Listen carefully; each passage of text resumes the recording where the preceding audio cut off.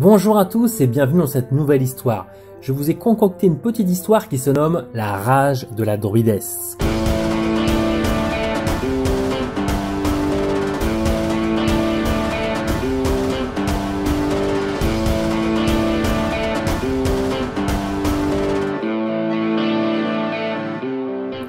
Au cœur des terres d'Armorique vivait autrefois une druidesse réputée pour sa bienveillance et sa grande beauté.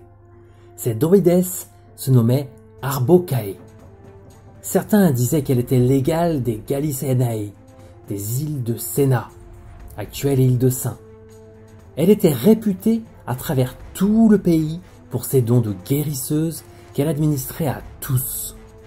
Un jour, un seigneur local, Imstor, voulut se réserver ses dons et ses faveurs, lui offrant de vivre à ses côtés.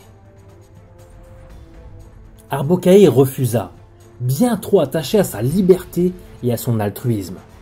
Furieux et se sentant déshonoré, le seigneur envoya ses hommes de main afin de capturer la belle druidesse.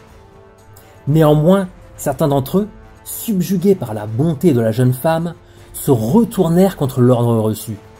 Les hommes du seigneur s'entretuèrent, mais, pris dans le combat, Arbocae reçut un violent coup au visage. Malgré ses dons et tous ses efforts, elle ne put effacer la cicatrice qui barrait désormais son visage, et ni même sauver le moindre guerrier. Chaque jour, à la vue de cette cicatrice, un sentiment nouveau et incandescent montait en elle. Cette envie de vengeance n'était que légère au début. Elle grandit, néanmoins jour après jour, jusqu'à ronger la jeune femme de l'intérieur. Un homme étrange l'aborda un jour. « Bonjour, Arbocae. Souhaites-tu obtenir réparation auprès d'Imstor ?»« C'est impossible.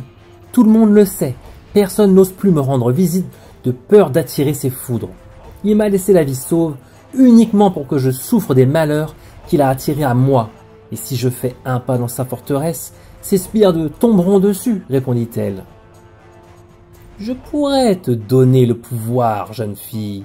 Je suis une âme errante, mais si tu consens à réaliser le rituel qui me rendra un corps, je serai en mesure de te donner le pouvoir d'anéantir cet homme horrible. La lueur rougeoyante qui brillait dans les yeux de l'homme témoignait qu'il n'appartenait pas au monde des vivants.